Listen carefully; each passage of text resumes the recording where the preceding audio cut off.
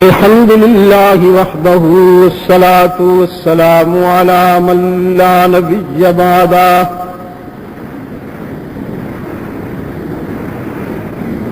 وعلى آله وأصحابه الذين أوفوا عهده الذين هم مفاتيح الرحمة ومصابيح الغرر. أعوذ بالله من الشيطان الرجيم. بسم الله الرحمن الرحيم. من أعرض عن ذكري فإن له معيشة ضنكا ونحشره يوم القيامة أعمى قال رب لم حشرتني أعمى وقد كنت بصيرا قال كذلك أتتك آياتنا فنسيتها وكذلك اليوم تنسى. صدق اللہ. محترم بزرگوں اور عزیز دوستو،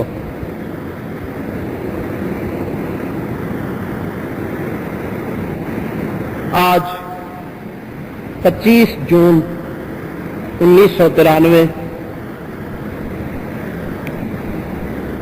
انجمن تبلیغ قرآن و سنت کے زیر اہتمام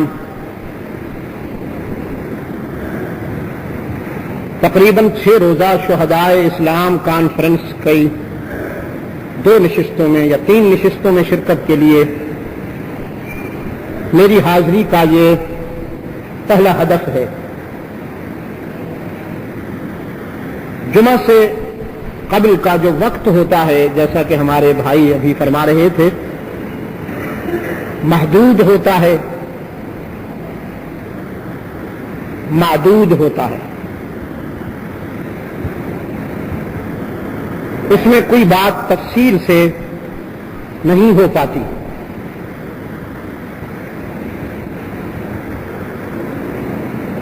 تو آج کی اس چند لمحوں کی ملاقات کے لیے قرآن کریم کا یہ حصہ بنیاد ہے جس کی تلاوت و سماعت کی سعادت ہم نے ابھی ابھی حاصل کی. اس میں آپ یوں سمجھ لیجئے کہ میں فاؤنڈیشن بلڈ اپ کروں گا، بنیاد رکھ دوں گا اگلی گفتگو کے لیے. یہ ایک تجزیہ بھی ہے قرآن کے اسلوب میں کہ عصر حاضر میں انسانیت بالخصوص عالم اسلام جن حالات سے دوچار ہے اور ہر انسان کے اندر سے یہ سوال اٹھتا ہے کہ کیا بنے گا. اس میں کوئی مبالغہ نہیں کہ ہم جب رات کو سوتے ہیں تو یہ اندیشہ لے کر سوتے ہیں کہ معلوم نہیں صبح ہم کون سی خبر سنیں. ایک اضطراب ہے، ٹینشن ہے، کنفیوژن ہے، ڈسٹربنس ہے جو پوری دنیا کو اپنے دامن میں لیے ہوئے ہیں. عالمگیر اضطراب. اس پر سائنسدان سوچ رہے ہیں. وہ کہتے ہیں ماحولیات کا اثر ہے. انجن سے، فیکٹریوں سے اٹھنے والا دھواں اس نے انسان کو بے چین کر دیا. ٹھیک. سیاستدان کہتے ہیں یہ اضطراب اس لیے ہے کہ ہمیں اقتدار ملنا چاہیے. ہر شخص کہتا ہے جب تک مجھے نہیں ملتا یہ اضطراب ختم نہیں ہو. مذہبی حلقے کیا کہتے ہیں یہ آپ اچھی طرح جانتے ہیں، مجھ سے نہ کہلوائیے. میں قرآن سے پوچھتا ہوں کہ اضطراب کیوں؟ اس لیے کہ قرآن سے زیادہ سچ کسی نے نہیں کہا. قرآن کی بات سچی بات ہے، قرآن کی بات فطری بات ہے. قرآن سے زیادہ ہمدرد مسلمان کا نہیں، عالم انسانیت کا کوئی نہیں. قرآن سب کا ہے، کوئی قرآن کا بنے یا نہ بنے، قرآن سب کا ہے. ماں اپنی ساری اولاد کو پیار کی نظر سے دیکھتی ہے. کوئی بیٹا ٹیلنٹڈ ہوتا ہے، کوئی بیٹا ویک ہوتا ہے، فزیکل یا مینٹل اس میں کوئی ویک پوائنٹس ہوتے ہیں، لیکن ماں کی نظر میں محبوبیت سب میں ہوتی ہے. وہ اپنی اولاد میں سے جس کی طرف بھی نظر اٹھاتی ہے محبت کی نظر اٹھاتی ہے. کوئی قرآن کا بنے یا نہ بنے، لیکن قرآن کی محبت اور قرآن کا پیار عالم انسانیت کے لیے یکساں ہے. تو میں نے قرآن سے پوچھا کہ کوئی بھی پہلو سکون کا نہیں رہا، ہر طرف اضطراب کے شعلے بھڑک رہے ہیں. کیوں؟ اس کی وجہ کیا ہے؟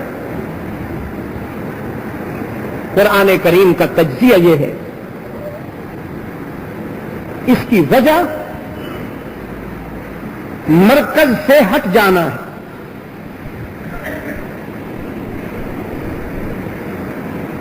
سر میں درد ہو انسان جی لیتا ہے، جسم میں بخار کے اثرات ہوں جی لیتا ہے، بازو کٹ جائے خدا نخواستہ اللہ نہ کرے کوئی جسم کا اور عضو کٹ جائے انسان جی لیتا ہے، لیکن دل کی دھڑکن بند ہو جائے تو نہیں جی سکتا. جس طرح کے جسمانی اعتبار سے دل کی اہمیت ہے، اسی طرح فکری اعتبار سے عالم انسانیت کے لیے ذکر اللہ کی اہمیت ہے. دل کی دھڑکن منقطع ہو جائے تو جسم کا خاتمہ ناگزیر ہے، کمپلسری ہے، مست ہے. ذکر اللہ سے بھی رابطہ ٹوٹ جائے تو فکری موت یقینی ہے. پھر آپ کو ڈشیں تو ملیں گی، ڈائننگ میز تو میسر ہوگی، رہنے کے لیے کوٹھیاں بنگلے تو ملیں گے، چلنے پھرنے کی آسانیاں تو ہوں گی، لیکن سکون جس کا نام ہے، اطمینان جس چیز کا نام ہے، وہ نہیں مل سکے گی. اس لیے کہ سکون اور اطمینان کے لیے خالق سے رابطہ ضروری ہے. خالق سے کل شیء یرجع الی اصلہ، یہ اصول آپ اگر غور فرمائیں گے تو کائنات کی ہر چیز میں آپ کو کار فرما نظر آئے. کوئی بھی چیز مرکز سے ہٹ کر نہیں جی سکتی.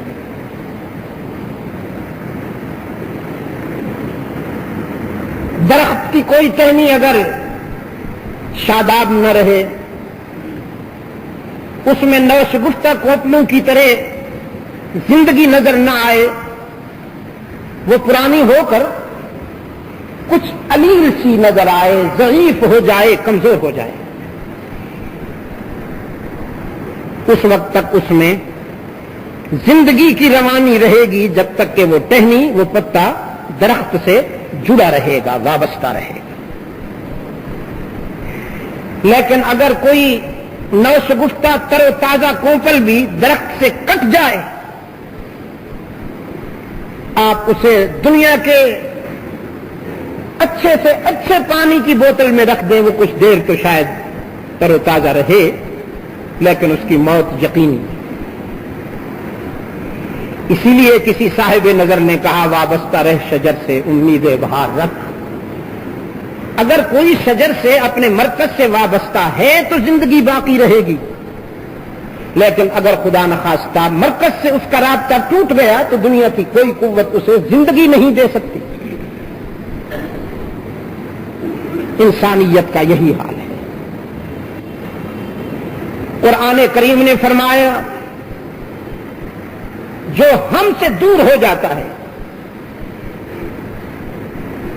دنیا کی کوئی شے اسے مطمئن نہیں رکھ سکتی.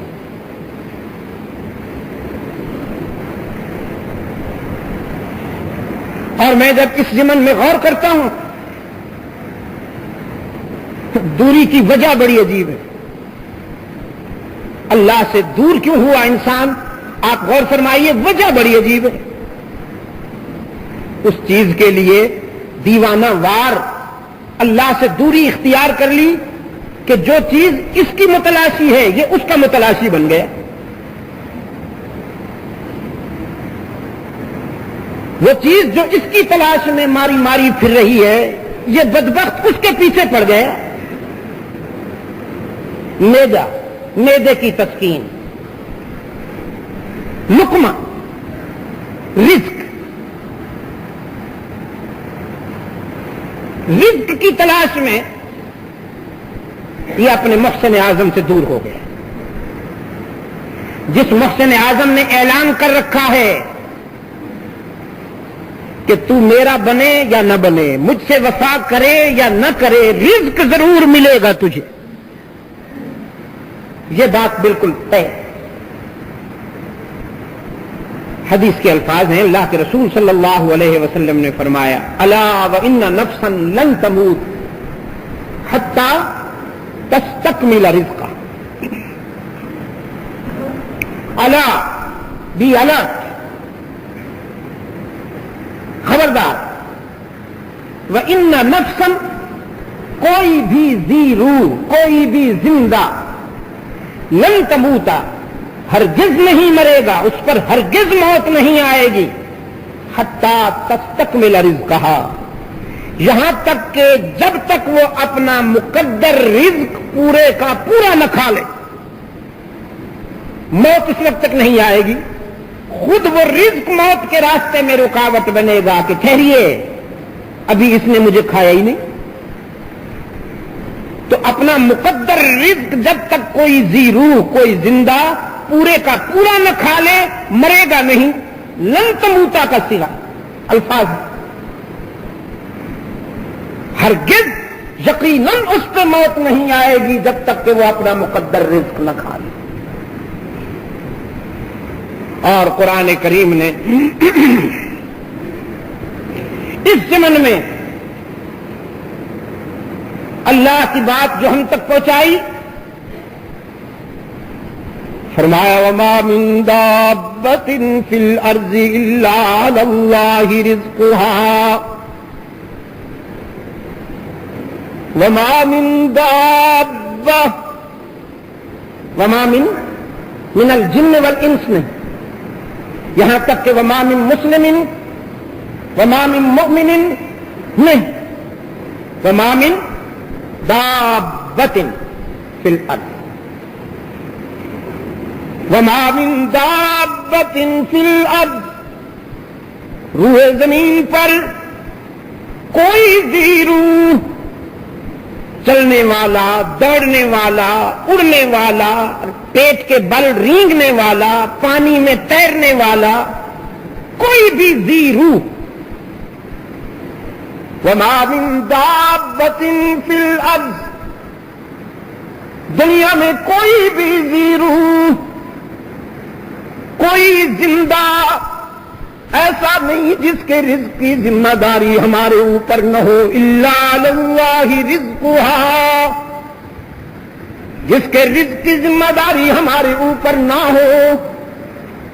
الا علی اللہ رزقها، محکمہ منصوبہ بندی پر نہیں. الا علی اللہ رزقها، فیملی پلاننگ کہ ذمہ دار حضرات پہ نہیں. وہ جو خود 10 بچوں کو لیے بیٹھے ہیں اور غریبوں سے کہتے ہیں بچے پیدا نہ کرو، جن کی انگنت منکوحات ہیں، منکوحات تو انگنت ہو نہیں سکتی، بہرحال وہ لوگوں سے کہتے ہیں بچے پیدا نہ کرو، کہ وسائل کم ہیں اور مسائل زیادہ ہیں. رب العالمین نے فرمایا وما من دابۃ فی الارض، ہم نے جس قدر اپنی مخلوق دنیا میں بھیجی ہے اس کے رزق کی ذمہ داری ہم نے لی ہے، تم پر نہیں، رزق ہم بھیجیں گے. وَيَعْلَمُ مُسْتَقَرَّهَا وَمُسْتَوْدَاهَا،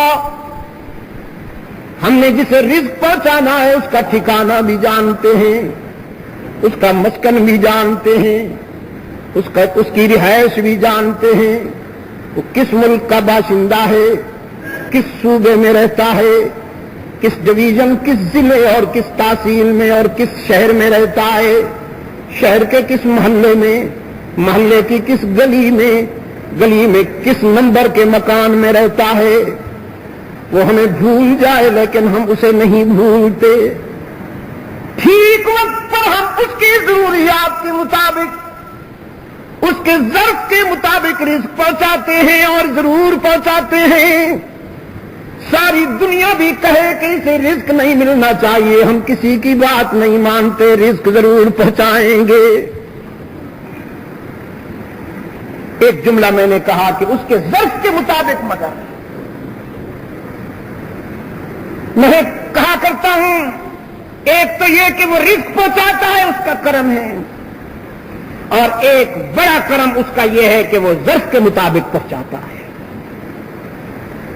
اگر ظرف کے مطابق رزق نہ پہنچے، ہماری خواہشات کے مطابق آ جائے تو یقین فرمائیے کہ کام ہی تمام ہو جائے. ہماری خواہشات کا تو یہ عالم ہے کہ ہم اتنے سے برتن میں اتنا مواد چاہتے ہیں. ہم تو چیونٹی پر اونٹ کا وزن رکھنا چاہتے ہیں، ہماری خواہشات کا یہ عالم. ہم اللہ سے کہتے ہیں کون سی کمی ہے تیرے خزانے میں، یہ بھی دے دے، وہ بھی دے دے، وہ بھی دے دے. حق تعالیٰ فرماتے ہیں میرے خزانے میں تو کمی نہیں، تیرے دامن میں کمی ہے اور تیرے ظرف میں کمی ہے. اگر میں تیرے خواہشات اور تیرے مطالبات کے مطابق تجھے دیتا چلا جاؤں تو سنبھال نہیں سکے گا. ربوبیت کا ایک مجازی انداز ماں کی پرورش میں نظر آتا ہے. وہ اسی طرح بیٹے سے شفقت کرتی ہے جس طرح 20 سال کے بعد، 25 سال کے بعد اگر وہ بیٹا رہے. لیکن جب وہ اس دنیا میں آنکھ کھولتا ہے اس کو وہ چیزیں تو نہیں کھلاتی جو 10 سال کے بعد اس نے کھانی ہوتی ہیں.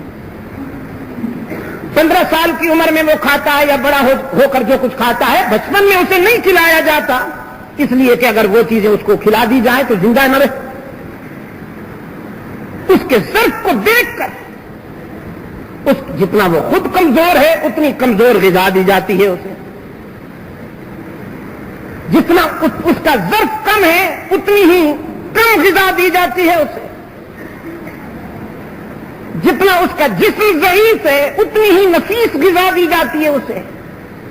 لیکن جو وہ عمر کے مرحلے طے کرتا ہے خود مضبوط ہوتا چلا جاتا ہے، اسی طرح پھر غذا بھی اس کو مضبوط ملتی ہے، قوی ملتی ہے کہ وہ برداشت کر سکے. وہ رزاق مطلق ہے. یہ مجازی ربوبیت کی بات میں کر رہا تھا، وہ حقیقی رب ہے. تو پھر اس کی ربوبیت میں تو اس سے بھی زیادہ کرشمہ آرائی ہے، اس کی ربوبیت میں تو اس سے بھی زیادہ فکر انگیز انداز ہے. اس نے ہماری زندگی کے مختلف مراحل کو سامنے رکھا ہے اور اس کے مطابق رزق دیتا ہے. قرآن کریم نے فرمایا لو بسط اللہ الرزق لعبادہ لبغوا فی الارض.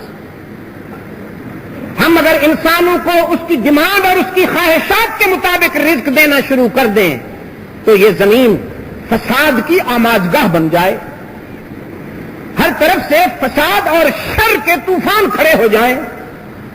وَلَٰكِن يُنَزِّلُ بِقَدَرٍ مَّا يَشَاءُ. یہ ہمارا کرم ہے کہ ہم اپنے بندوں کے ظرف کو دیکھ کر رزق پہنچاتے ہیں. بچھو کو زہریلا بنایا تو آنکھیں نہیں دیں، سانپ کو مہلک زہر دیا تو پاؤں نہیں دیے.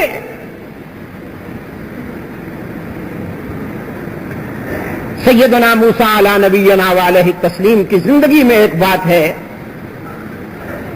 کہ انہوں نے ایک مقام پر کچھ بچوں کو پانی میں خوش و خرم نہاتا ہوا دیکھا تو کنارے پہ ایک معذور بیٹھا ہوا دیکھا جو آنکھوں سے نابینا تھا. بہت رحم آیا انہیں اور اللہ کے حضور التجا کی رب العالمین یہ بھی تیرا بندہ ہے, ان کو آپ نے نگاہ دی ہے, بینائی دی ہے, وہ خوشی خوشی نہا رہے ہیں تو اس معذور کو بھی نگاہ دے دے اپنے فضل و کرم سے تاکہ یہ بھی ان کے ساتھ مل کے نہائے. اب ایک تو اللہ کے پیغمبر کی التجا اور دوسرا رب العالمین کا یہ انداز حکیمانہ کہ میں انہیں سمجھا دوں کہ ان کو یہ نعمت کیوں ملی اور اس کو میں نے اس نعمت سے کیوں محروم کا لفظ میں اس لیے آپ سے کہلوا رہا تھا, محفوظ رکھا.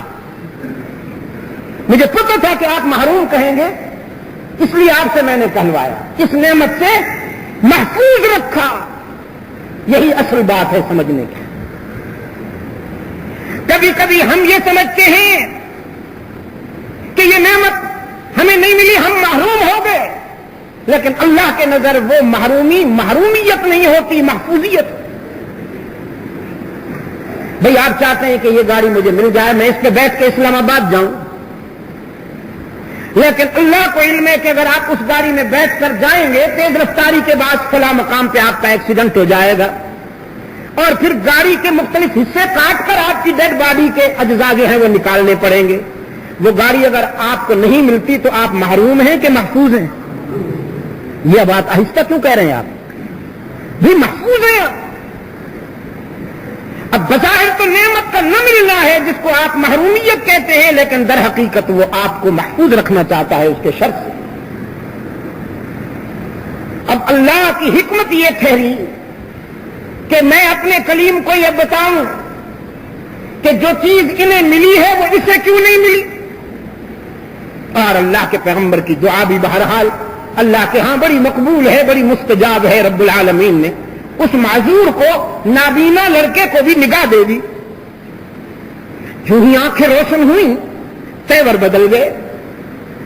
پہلے تو عاجزی, شراست اور بے بسی کا مرکز بن کر, پتلا بن کر بیٹھا تھا, لیکن جو ہی آنکھیں کھلی یا اللہ وہ تو شعلہ بن گیا. ان لڑکوں سے جو نہا رہے تھے کہنے لگا مجھے بینائی مل گئی ہے, میری آنکھیں روشن ہو گئی ہیں, اور ہم ابھی تمہیں بتاؤں گا کہ تم مجھے کنارے پہ بیٹھ کر خود نہا رہے تھے, میری پرواہ نہیں تھی تمہیں. بس پانی میں اتر کر پکڑ پکڑ کر جو انہیں غوطے دینا شروع کیے اور سب نے دہائی مچائی, بچاؤ بچاؤ, مار ڈالے گا, مارتا ہے. اور حضرت موسیٰ علیہ السلام نے دیکھا کہ واقعتاً اس کا انداز تو قاتلانہ تھا. وہ تو کسی کو زندہ چھوڑنے کی پوزیشن میں نظر نہیں آ رہا تھا, تو جلدی سے ہاتھ اٹھائے, یا رب العالمین میں بندہ ہوں, تو رب ہے, میری سوچ بندے کی سوچ ہے, تیرے فیصلے رب کے فیصلے ہیں.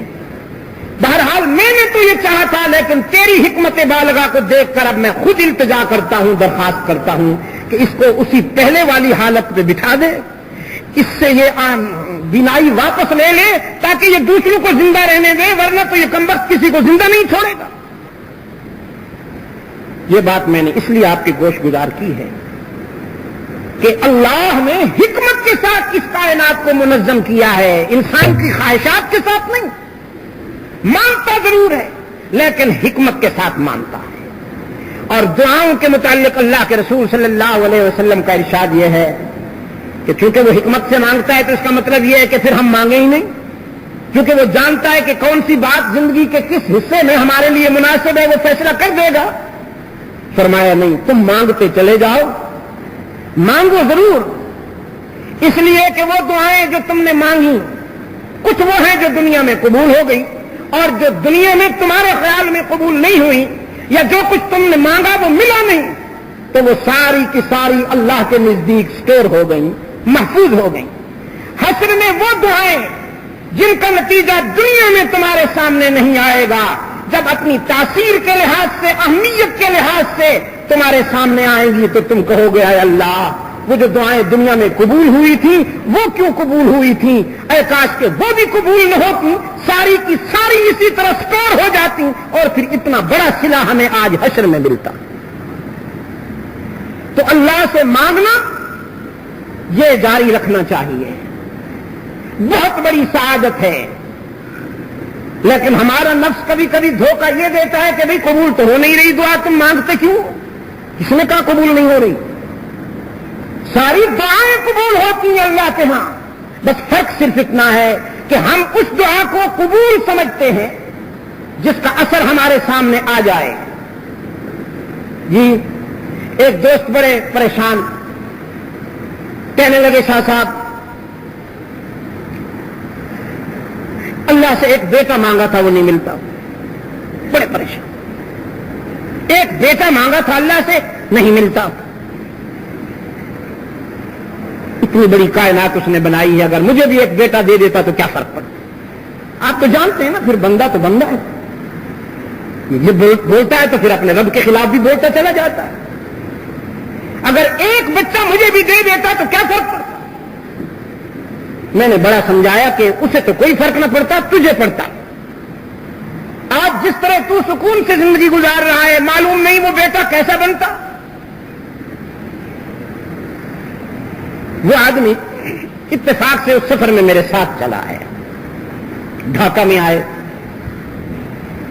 ڈھاکہ میں ہمارے ایک دوست تھے جن کے گھر میں میرا قیام بھی کبھی کبھی رہتا ہے، اب اللہ کو پیارے ہو گئے۔ رات کو تقریباً 1:30 بجے ہم کانفرنس سے فارغ ہو کے آئے اور وہ میرے پاس آ کے بیٹھا۔ یہ جو لاولد ہیں حاجی صاحب جنہیں شکوہ تھا کہ مجھے اولاد کیوں نہیں ملتی، یہ بھی میرے پہلو میں بیٹھے۔ وہ میزبان جو تھے ہماری حاجی صاحب، وہ کہنے لگے شاہ صاحب آپ دعا کریں، اپنے بیٹے کا نام لے کر کہنے لگے کہ یہ مر جائے۔ مجھے پتا تھا کہ اس کا وہ ایک ہی بیٹا ہے، بہت بڑی جائیداد ہے اس کی، کروڑ پتی آدمی۔ مجھ سے کہتا کہ آپ دعا کریں، ہزاروں لوگ ہوتے ہیں، جب سے میں پتہ نہیں کون اللہ کے نزدیک کیا مقام رکھتا ہے کہ یہ مر جائے کم بخت۔ میں نے کہا کیوں؟ کہتے جی بس اس نے مجھے جینے کا نہیں چھوڑا، اس نے یہ کیا، اس نے وہ کیا۔ میں نے اللہ سے مانگنے کے لیے 3 حج کیے، غلاف کعبہ پکڑ کر ملتزم کے سامنے رو رو کر میں نے اس کو مانگا تھا، لیکن یہ کمبخت ایسا نکلا ہے کہ اب میں جی نہیں سکتا اس کے ہوتے۔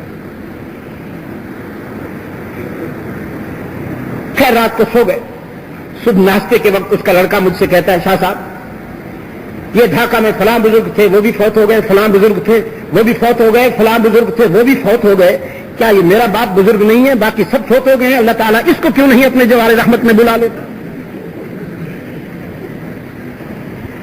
میں نے اپنے اس ساتھی سے کہا دیکھا آپ نے، وہ اس سے تنگ ہے، وہ اس سے تنگ ہے، وہ اس کی موت کی دعائیں کرتا ہے، یہ اس کی موت کی دعائیں کرتا ہے۔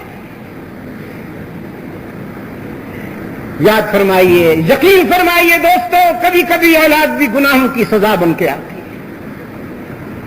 بے شک یہ نعمت ہے، بے شک یہ نعمت ہے، لیکن اس وقت نعمت ہے جب اللہ اس کو نعمت بنا خواہشات کو سٹور کرتا جاتا ہے، ہمارے مطالبات کو سٹور کرتا جاتا ہے، خواہشات کو اپنے رحمت کے خزانے میں جمع کرتا جاتا ہے کہ وہ حشر میں جب تمہارے اعمال میزان میں تلیں گے تو یہ ساری دعائیں تمہارے میزان میں رکھ دی جائیں گی، تمہاری کسی نیکی کا اتنا وزن نہیں ہوگا جتنا تمہاری ان لڑکتی ہوئی دعاؤں کا وزن ہوگا۔ لیکن مانتا وہی ہے جو ہمارے لیے بہتر ہو۔ عسیٰ ان تحبوا شیئا وہو شر لکم وعسیٰ ان تکرہوا شیئا وہو شر لکم وہو خیر لکم۔ ہمارے حق میں کون سی چیز بہتر ہے، کون سی چیز بہتر نہیں ہے، یہ ہم نہیں جانتے، وہ جانتا ہے۔ فرمایا وما من دابۃ فی الارض الا علی اللہ رزقها ویعلم مستقرها ومستودعها کل فی کتاب مبین۔ وہ رزاق مطلب رزق تو ملنے والا ہے، پھر ہم بے چین کیوں؟ میرے عزیز دوستو، جو چیز ہمیں یقیناً ملنی ہے جو چیز ہماری طلب میں ہے، ہماری تلاش میں ہے، ہمارا تعاقب کر رہی ہے، ہم اس چیز کے پیچھے دوڑتے ہیں اور اپنے محسن کو بھول بیٹھتے ہیں۔ سیدنا علی المرتضی رضی اللہ تعالی عنہ کبھی کبھی چلتے چلتے رک جاتے تھے اور پلٹ کے دیکھ کے فرماتے، میں تجھے طلاق دے چکا ہوں تو میرا پیچھا کیوں کرتی ہے؟ لوگ سوچتے یہ کس کو کہہ رہے ہیں؟ وہ جس کو طلاق دے چکے ہیں نظر تو آ نہیں رہی؟ پوچھا گیا آپ یہ کس سے فرماتے ہیں؟ آپ کا روح سخن کدھر ہے؟ فرمانے لگے میری متعلقہ میری دنیا ہے، یہ دنیا بن ٹھن کر سج دھج کر میرے پیچھے آتی ہے اور مجھ سے بار بار کہتی ہے علی مجھے اپنا لے، علی مجھے گلے لگا لے، اور میں دنیا کو کہتا ہوں میں تجھے اچھی طرح سمجھتا ہوں، کوئی تیرے دھوکے میں آئے یا نہ آئے علی تیرے دھوکے میں نہیں آئے گا، میں تجھے بہت اچھی طرح سمجھتا ہوں، میں تیری آرائش و زیبائش کے جھوٹ کو بہت اچھی طرح سمجھتا ہوں، میں تیرے دھوکے میں نہیں آؤں گا۔ میں نے عرض کیا تھا نا کہ جمعہ کا وقت ایسی آزمائش ہوتی ہے کہ بات شروع نہیں ہوتی کہ ختم کرنا پڑتی۔ اب یہ ذکر اللہ ہے کیا؟ من اعرض عن ذکر، جس نے میرے ذکر سے منہ پھیر لیا، فإن له معیشة ضنکا، اس کی زندگی کیا ہو جائے گی؟ تلخ ہو جائے گی، اس کی زندگی تلخ ہو جائے گی، مصیبت بن جائے گی۔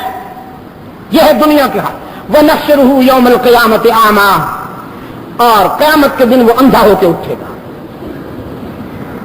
اندھا ہو کے اٹھے گا تو چیخے گا لِمَ حَشَرْتَنِي أَعْمَىٰ، یا رب العالمین تو نے مجھے اندھا کر دیا، وَقَدْ كُنْتُ بَصِيرًا، میں تو آنکھوں والا تھا، یہ کیا ہوا؟ رب العالمین نے فرمایا آواز آئے گی حق تعالیٰ کی طرف سے کذالک اتتک آیاتنا فنسیتہا، یہ تو کما تدین تدان کا اصول ہے۔ قال کذالک اتتک آیاتنا فنسیتہا وکذالک اليوم تنسیٰ، دنیا میں ہماری آیتیں تیرے سامنے کھول کر بیان کی گئیں، آفاقی رہنمائی وحی کی روشنی تجھ تک پہنچی، لیکن تو نے آنکھیں بند کر لی، ہماری آیات سے تو نے آنکھیں بند کر لی، دنیا میں تو نے ہماری آیات سے آنکھیں بند کر دی ہیں، آج ہم نے تجھے تیرے حال پہ چھوڑ دیا۔ کذالک اتتک آیاتنا، یہ ہے ذکر اللہ۔ اب بعض حضرات کہتے ہیں نہیں، ذکر اللہ یہ ہے کہ رشوت بھی کھاؤ، سمگلنگ بھی کرو، جھوٹ بھی بولو، سب کچھ کرو، لیکن رات کو تسبیح لے کے یہ ذکر اللہ ہو رہا۔ کس نے کہا یہ ذکر اللہ ہے بھائی؟ اصل میں جو ذکر کا مفہوم قرآن کریم نے بیان کیا ہے وہ یہ ہے کہ ان ہوا الا ذکر و قرآن مبین، ذکر قرآن کریم ہے، قرآن سے وابستہ رہو گے تو دنیا میں بھی عزت ملے گی، آخرت میں بھی کامیاب ہو جاؤ گے، اور اگر قرآن سے ہٹ جاؤ گے تو دنیا کا کوئی نظریہ تمہیں سکون نہیں پہنچا سکتا، دنیا کی کوئی تھیوری تمہیں سر بلند نہیں کر سکتی، اور دنیا کا کوئی نقطہ نظر تمہیں سکون نہیں پہنچا سکتا۔ قرآن کریم نے تنکوں کو شہتیر بنایا، قرآن کریم نے ذروں کو آفتاب بنایا، قرآن کریم نے قطروں کو سمندروں سے بھی زیادہ وسعت عطا کر دی، اور قرآن کریم نے بکریوں کے چرواہوں کو وارث تخت و تاج بنایا۔ یہ میں الفاظ بول رہا ہوں، یہ حقیقت ہے۔ پشاور کے بے زبانوں، قرآن کی تاثیر، قرآن کی مسیحائی جو کہ تو ہے، قرآن بوڑھا نہیں ہوا، قرآن کی اثر انگیزی جو کہ تو ہے، لیکن ہم وہ نہیں ہیں. آج قرآن کو ہم نے بنیاد پرستی کا مرکز سمجھ لیا. منافقت کے تاجدار یہاں ملک میں قرآن سے وابستگی کو بنیاد پرستی کہتے ہیں. یہ پچھلے سفر میں کینیڈا میں ایک صاحب یہیں پاکستان سے گئے ہوئے ہیں, بڑے اسکالر کہلاتے ہیں, دانشور کہلاتے ہیں. مجھ سے کہنے لگے جی یہ کیا ممکن نہیں ہے کہ امت مسلمہ یہ ثابت کر دے کہ ہم بنیاد پرست نہیں ہیں. اب مجھے معلوم نہیں تھا کہ یہ اصل میں فنکشن انہوں نے کیوں ارینج کیا ہے, مجھے انہوں نے کیوں انوائٹ کیا ہے. یہ جملہ کہنا تھا اور مجھ سے جواب سننا تھا. انہوں نے لوگوں کو پتہ نہیں 250-300 بندوں کو بلایا وہاں, بڑے منتخب قسم کے افراد کو, بڑے سے حال میں انہوں نے وہ فنکشن ارینج کیا اور اس میں سپاس نامے میں یہ جملہ کہا کہ جی کیا یہ ہو نہیں سکتا کہ امت مسلمہ امریکہ کو یہ بتا دے کہ ہم بنیاد پرست نہیں. میں نے اس سے کہا شکریہ ادا کرتا ہوں آپ نے یاد فرمایا, لیکن جہاں تک تعلق ہے بنیاد پرستی کا, آپ امریکہ کو مطمئن کرنا چاہتے ہیں یا اپنے ضمیر کو مطمئن کرنا چاہتے ہیں؟ امریکہ کون ہوتا ہے ہمیں دھمکی دینے والا کہ بنیاد پرست بنو گے تو ہم تجھے اڑا دیں گے؟ کیا وہ خود بنیاد پرست نہیں ہے؟ کیا وہ اپنے بنیادی اصولوں سے ہٹ گئے؟ بنیادیں زندگیوں کی بقا اور استحکام کی بنیاد ہوا کرتی ہیں. جس قوم کی بنیاد نہ ہو وہ قوم کب تک زندہ رہے گی؟ آج اگر ہم نماز پڑھیں تو امریکہ کہتا ہے تم بنیاد پرست ہو, اگر ہم جہاد کریں تو وہ کہتا ہے دہشت گرد ہو. پھر ہم نماز نہ پڑھیں تاکہ بنیاد پرست نہ کہلائیں, جہاد کو چھوڑ دیں تاکہ ہم دہشت گرد نہ کہلائیں. سب سے بڑی دہشت گردی کا چیمپئن تو یہی ہے بدبخت.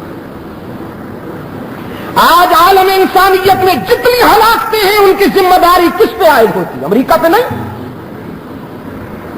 اقوام عالم کو آپس میں لڑا کر وہ اپنے سیاسی اور معاشی مفادات حاصل کر رہا ہے. یہ بات بڑی طویل ہو جاتی ہے. میں نے اس کو کہا کہ مسٹر, اگر آپ نے دنیا اور آخرت کی کامیابی حاصل کرنی ہے تو اپنی بنیادوں کو مضبوط بنائیے, اپنی بنیادوں کو مضبوط بنائیے اور ذکر اللہ سے وابستہ ہو جائیے. کیا مطلب؟ قرآن کو قوت حاکمہ کے طور پر اپنائیے. قرآن کو اگر قوت حاکمہ کے طور پر اپنا لیا گیا تو خدا کی قسم آپ اگر 313 جتنی اقلیت میں بھی ہوں گے تو طاغوت آپ کے مقابلے میں ٹک نہیں سکے. اور اگر آپ قرآن سے ہٹ کر لیڈروں کی اداؤں پہ چلے گئے, لیڈروں کی ادائیں جی لیڈروں کی, فرمایا تو نمیدانی کہ آئینے تو چیز, زیر گردوں سر تمکین تو چیز, کتاب زندہ قرآن حکیم, حکمت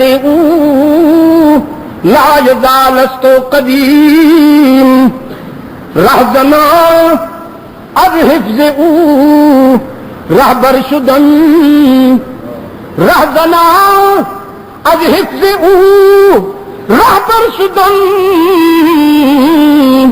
از کتاب صاحب دفتر شدن.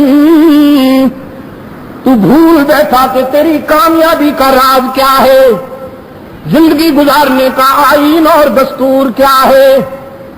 وہ صرف اور صرف قرآن حکیم, قیامت تک کے لیے جس کی جوانی اور شباب پر زوال نہیں آئے گا. وہ کل بھی زندہ تھا, آج بھی زندہ ہے, آئندہ بھی زندہ رہنے والی حقیقت ہے. یہی وہ آئینی قوت ہے, یہی وہ دستوری قوت ہے, یہی وہ سپر پاور ہے جسے رہزنوں نے اپنایا تو راہبر بن گئے, جسے امیین اور ان پڑھوں نے اپنایا تو زمانے کے استاد بن گئے. وآخر دعوانا ان الحمدللہ رب العالمین. کہا گیا ہے کہ قرآن سنت کی آواز کو دبانے کے لیے کچھ لوگ سوچ رہے ہیں. کسی کے پاس کوئی پاور ہوتی ہے، ہماری ساری پاور یہی ہے، قرآن و سنت اور اس سے وابستگی۔ بس اس اشارے کے بعد تبلیغ قرآن و سنت کی انجمن کی طرف سے جو جلسے ہوا کرتے ہیں، ہم اپنے شاندار ماضی کے حوالے سے اپنی نئی نسل کی ذہن سازی کرتے ہیں۔ دنیا جانتی ہے کہ ہم تخریب کار نہیں ہیں، لیکن ہم کمزور بھی نہیں ہیں، ہم بزدل بھی نہیں ہیں۔ اللہ کے فضل و کرم سے جو ہمارا عقیدہ ہے، جو ہمارا بلیو ہے، جو ہمارا ایمان ہے، اس پر سمجھوتا نہیں ہوگا اور منافقت بھی نہیں ہوگی، منافقت بھی نہیں ہوگی۔ تبلیغ قرآن و سنت کے جلسوں میں شرکت کے لیے آج رات انشاءاللہ پہلی نشست بانا ماڑی میں ہوگی بعد عشاء، تو نماز عشاء پڑھتے ہی آپ نے رواں دواں ہو جانا ہے اور اس جلسے میں پہنچنا ہے۔ آپ سے کہہ رہا ہوں تمام جلسوں میں آپ نے پہنچنا ہے، یہ چونکہ آغاز ہے، اس لیے آج رات بھی کل رات بھی ان 2 راتوں میں تو انشاءاللہ یہ ناچیز آپ سے بات کرے گا۔ پھر اس کے بعد علماء کرام انشاءاللہ اس سلسلے میں گفتگو کرتے رہیں گے، تو تیاری کیجئے اور نظم و ضبط کے ساتھ تشریف لائیے اور سب کو یہ بتا دیجئے کہ قرآن و سنت کی آواز کو انشاءاللہ دنیا کی کوئی طاقت نہیں دبا سکتی۔ الحمد للہ وحدہ والصلاة والسلام علی من لا نبی بعدہ وعلى آله وأصحابه الذين أوفوا عهده الذين هم مفاتيح الرحمة ومصابيح الغرر أما بعد فيا أيها الناس وحدوا الله فإن التوحيد رأس الطاعات واتقوا الله فإن التقوى ملاك الحسنات وعليكم بالسنة فإن السنة تهدي إلى الإطاعة ومن أطاع الله ورسوله فقد رشد واهتدى وإياكم والبدع فإن البدعة تهدي إلى المعصية ومن يعص الله ورسوله فقد ضل وغوى وعليكم بالصدق فإن الصدق ينجي والكذب يهلك وعليكم بالإحسان فإن الله يحب المحسنين ولا تقنطوا من رحمة الله فإنه أرحم الراحمين ولا تحبوا الدنيا فتكونوا من الخاسرين ألا وإن نفسا لن تموت حتى تستكمل رزقها فاتقوا الله وأجملوا في الطلب وتوكلوا عليه فإن الله يحب المتوكلين أعوذ بالله من الشيطان الرجيم بسم الله الرحمن الرحيم وقال ربكم ادعوني أستجب لكم إن الذين يستكبرون عن عبادتي سيدخلون جهنم داخرين بارك الله لي ولكم في القرآن العظيم ونفعني وإياكم بالآيات والذكر الحكيم إنه تعالى جواد كريم ملك بر رؤوف رحيم الحمد لله نحمده ونستعينه ونستغفره ونؤمن به ونتوكل عليه ونعوذ بالله من شرور أنفسنا ومن سيئات أعمالنا من يهده الله فلا مضل له ومن يضلل فلا هادي له ونشهد أن لا إله إلا الله وحده لا شريك له ونشهد أن سيدنا محمدا عبده ورسوله المبعوث إلى الأسود والأحمر لتتميم مكارم الأخلاق اللهم صل على محمد وعلى آل محمد بعدد من صلى وصام وصل كذلك على جميع الأنبياء والمرسلين وعلى الملائكة المقربين وعلى عباد الله الصالحين خصوصا على سيد المتقين والأبرار صاحب النبي في الغار والمزار أفضل الصحابة بالتحقيق خليفة النبي بلا فصل سيدنا أبي بكر الصديق رضي الله تعالى عنه وعلى الناطق بالصواب والعادل بالكتاب أمير المؤمنين سيدنا عمر بن الخطاب رضي الله تعالى عنه وعلى كامل الحياء والإيمان الشهيد المظلوم حين قراءة القرآن أمير المؤمنين سيدنا عثمان بن عفان رضي الله تعالى عنه وعلى صاحب السيف والقضاء ناشر العلم والهدى أمير المؤمنين سيدنا علي بن أبي طالب رضي الله تعالى عنه وعلى أزواج النبي صلى الله عليه وسلم خصوصا على خديجة وزينب وحفصة وعائشة وأم حبيبة وعلى السيدات الطاهرات الأربعة بنات النبي زينب ورقية وأم كلثوم وفاطمة وعلى السيدين السندين السعيدين أبي محمد الحسن وأبي عبد الله الحسين رضي الله تعالى عنهما والباقين من العشرة المبشرة.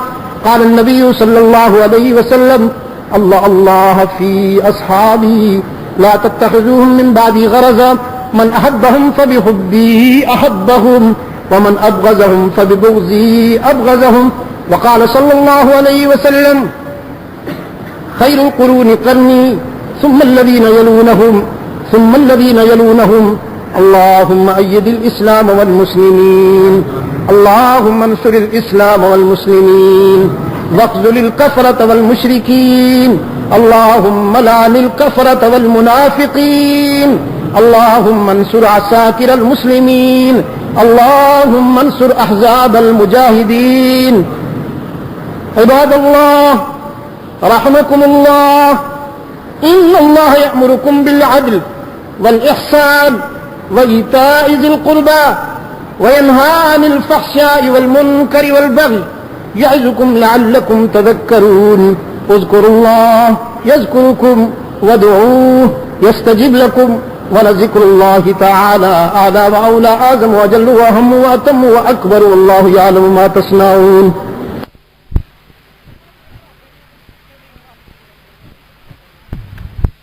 رکھنے کا اہتمام فرمائیے. صف سیدھی رکھنا اقامت صلاۃ میں شامل. اللہ اکبر.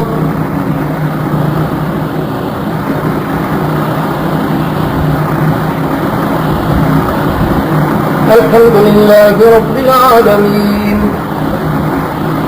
الرحمن الرحيم مالك يوم الدين إياك نعبد وإياك نستعين اهدنا الصراط المستقيم صراط الذين أنعمت عليهم غير المغضوب عليهم ولا الضالين. قد أفلح المؤمنون الذين هم في صلاتهم خاشعون والذين هم عن اللغو معرضون والذين هم للزكاة فاعلون والذين هم لفروجهم حافظون إلا على أزواجهم أو ما ملكت أيمانهم فإنهم غير ملومين. فمن ابتغى وراء ذلك فأولئك هم العادون والذين هم لأماناتهم وعهدهم راعون والذين هم على صلواتهم يحافظون. أولئك هم الوارثون الذين يرثون الفردوس هم فيها خالدون. الله أكبر.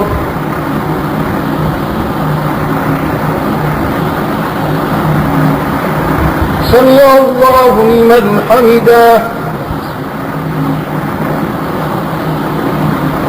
الله أكبر.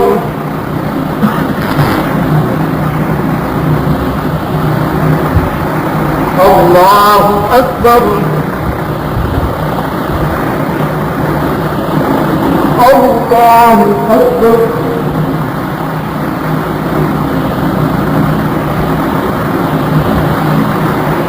الله أكبر.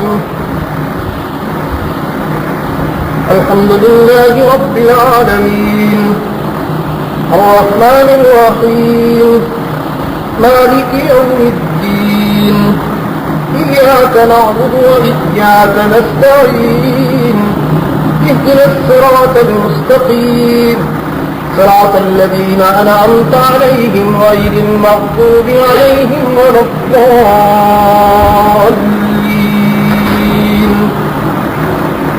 ولقد خلقنا الإنسان من سلالة من طين ثم جعلناه نطفة في قرار مكين ثم خلقنا النطفة علقة فخلقنا العلقة مضغة فخلقنا المضغة عظاما فكسونا العظام لحما ثم أنشأناه خلقا آخر فتبارك الله أحسن الخالقين ثم إنكم بعد ذلك لميتون ثم إنكم يوم القيامة تبعثون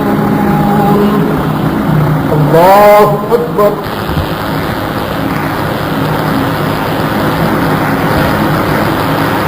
سمع الله لمن حمده الله أكبر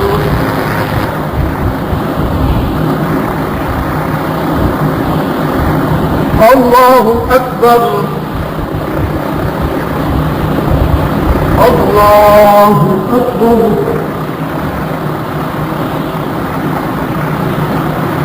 الله أكبر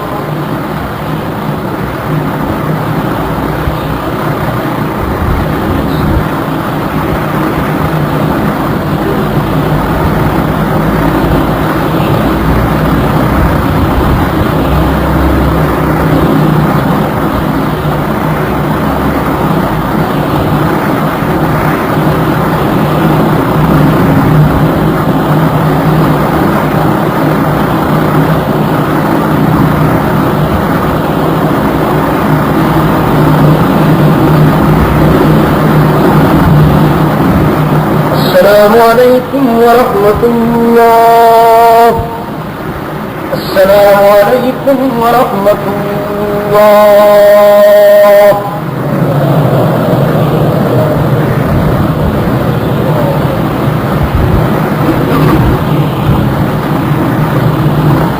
ایک تو دعا کے لیے درخواست ہے آپ حضرات سے فتاوی رحیمیات مصنف سید مفتی عبدالرحیم اللہ پوری صاحب جو شیخ بدر عالم شیخ شبیر احمد عثمانی اور شیخ مفتی محمد شفیع صاحب شیخ محمد یوسف بنوری رحمۃ اللہ علیہ کے ہمسبق شیخ محمد کاشمیری رحمۃ اللہ علیہ کے قابل فخر شاگرد ہیں اس وقت بہت بڑے فقیر دیہات میں انڈیا میں سورت میں رہ رہے ان کی طرف سے مجھے حق ملا ہے کہ طبیعت ان کی بہت عالی ہے آپ سب حضرات ان کی دعائیں شفا کے لیے اللہ سے التجا کریں کہ اللہ تعالیٰ انہیں سارے امت کی رہنمائی کے لیے سلامت کریں دوسرے تمام بیماروں کے لیے دعا کریں الواج الحق کا ماہ نامہ رسالہ جس کے میں ایڈیٹوریل لکھتا ہوں وہ آپ کو دعا کی بات میں محرم میں بالخصوص اتحاد کیسے قائم کیا جائے لفظوں میں تو بہت سمجھ جاتا ہے بیانات بھی آتے ہیں میں اس سلسلے میں حکومت کے سامنے بھی تجویز رکھی اور دانشوروں قوم کے پڑھے لکھے طبقوں کے سامنے بھی تجویز رکھی آپ اس کا مطالعہ کروائیں گے کہ اتحاد کیسے ہو سکتا ہے اس میں میرا گرو بھی ہے حالات زندگی بھی ہے میرے کہاں پیدا ہوا کہاں کہاں پڑھا کیسے زندگی گزری یہ دعا کے بعد آپ کو دوستوں سے حاصل مل جائے بڑے لکھے احساس حضرت عثمان بن عفان رضی اللہ تعالیٰ عنہ کے میرا مجبور ہے بسم اللہ الرحمن الرحیم اللهم صل على سيدنا محمد النبي الأمي وعلى آله وأصحابه وبارك وسلم ربنا آتنا في الدنيا حسنة وفي الآخرة حسنة وقنا عذاب النار ربنا ظلمنا أنفسنا وإن لم تغفر لنا وترحمنا لنكونن من الخاسرين اے اللہ عالم اسلام کی مدد فرما مسلمان جہاں سے مظلوم و مظلوم ہیں ان کی دستگیری فرما فلسطین کشمیر بوسنیا برما ان تمام محاذوں پر اے اللہ عالم اسلام کو فرزندان اسلام کو کامیابیوں سے ہمکنار فرما پاکستان کو منافقین سے نجات عطا فرما قرآن و حکمت پر مبنی عالم عطا فرما کے اے اللہ اس زمین کو امن و سلامتی کا گہوارہ بنا دے ہمیں دور خلافت راستہ سے نسبت رکھنے والا عادلانہ طرز زندگی عطا فرما یا اللہ ہم اپنی خطاؤں گناہوں اور اپنی خفی جلی کوتاہیوں کا اعتراف کرتے ہوئے یا رب العالمین خود سے رحم کی اپیل کرتے ہیں ہماری زندگی کو ہماری آخرت کو اے اللہ ہمارے کردار کے محال سے بچا دے اے اللہ ہمارے کردار کو دیکھ کر نہیں اپنے فضل و کرم کے مطابق فیصلے فرما تمام روحانی جسمانی بیماریوں کو جو خصوص مفتی صاحب کو صحت کاملہ عطا فرما ہمیں اور ہماری اولادوں کو ہر فطرے سے محفوظ و معمول فرما دنیا اور آخرت کے نقصان سے بچا وصلی اللہ تعالی علی خیر خلقہ محمد وبارک وسلم